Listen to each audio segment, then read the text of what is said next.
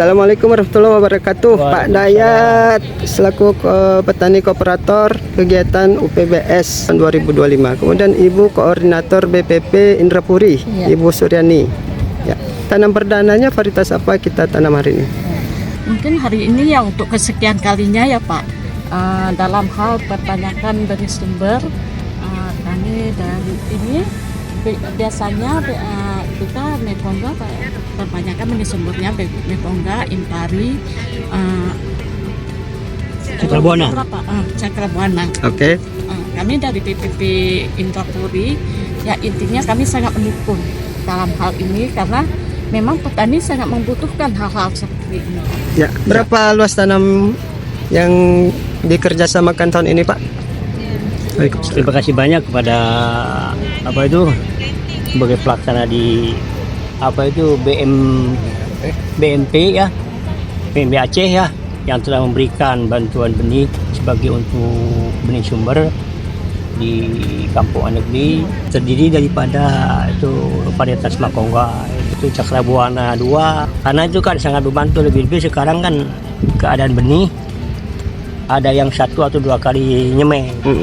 Dengan ada bantuan benih daripada BMP ya, itu kan bisa Aceh alhamdulillah sebagai membantu pada petani. Mudah-mudahan mungkin nanti ke depan benih ini kan bisa dimanfaatkan oleh para petani yang ada di Dapuri dan khususnya di Aceh besar dan umumnya pada provinsi Aceh.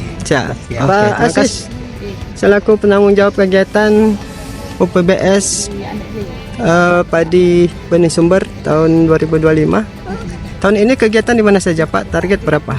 Ya, terima kasih. Di tahun ini, tahun 2025, BRMP Aceh sebenarnya memproduksi benih kurang lebih 100 ton. Dia ada di beberapa tempat di Aceh Besar, kemudian di Aceh Jaya.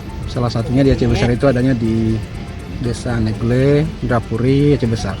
Di sini kita berencana targetnya itu kurang lebih sekitar 30 ton yang terbagi dalam 4 varietas, yaitu Mekongga, Impari 32, Impari 49 dan Cakrabuana.